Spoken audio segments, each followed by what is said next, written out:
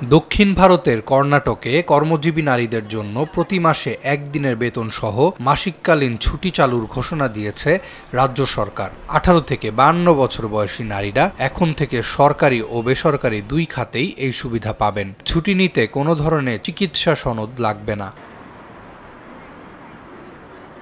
সরকারি হিসেব বলছে, আনুষ্ঠানিক খাতে কর্মরত 3.5 লাখ থেকে 4 লাখ নারী সরাসরি এ সুবিধা পাবেন। তবে গৃহকর্মী, দিনমজুর সহ অনানুষ্ঠানিক খাতে কাজ করা প্রায় 60 লাখ নারী এখনও এই সুবিধার বাইরে থাকছে। বিশেষজ্ঞদের মতে, নীতি যতই প্রগতিশীল হোক, সব নারীকে অন্তর্ভুক্ত না করা গেলে এটি অসম্পূর্ণ থেকে যাবে। দক্ষিণ ভারতে এই রাজ্যে এটি প্রথমবারের মতো বেসরকারি খাতকেও বাধ্যতামূলকভাবে মাসিককালীন ছুটির আওতায় এনেছে। এর আগে স্পেন, জাপান, দক্ষিণ কোরিয়া, ইন্দোনেশিয়ায় এই ছুটি চালু থাকলেও ভারতে ছিল সীমিত পরিসরে। বিহার ও ওড়িশায় সরকারিভাবে মাসে 2 দিনের ছুটি থাকলেও তা কেবল সরকারি চাকরিজীবীদের জন্য। অন্যদিকে কেরালায় সুবিধা আছে শিক্ষার্থীদের জন্য। তাই কর্ণাটকের এই সিদ্ধান্ত একটি বড় পরিবর্তন বলেই মনে করছেন বিশ্লেষকরা।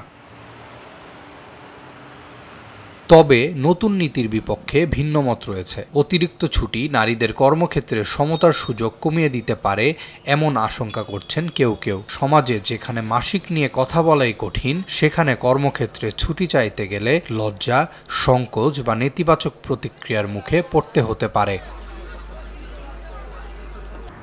তবে কর্ণাটকের শ্রমমন্ত্রী সন্তোষ লাড নীতিকে অত্যন্ত প্রগতিশীল বলে বর্ণনা করেছেন। ন্যাসকম জানিয়েছে, রাজ্যের বহু প্রতিষ্ঠান আগে থেকেই মাসিককালীন ছুটি প্রদান করত। এর কারণে নীতি বাস্তবায়ন তেমন কঠিন হবে না। শ্রমিক সংগঠনগুলো বলছে, বছরে মাত্র 11 দিনের ছুটি পাওয়া পোশাক শ্রমিকদের জন্য এটি একটি স্বস্তির খবর।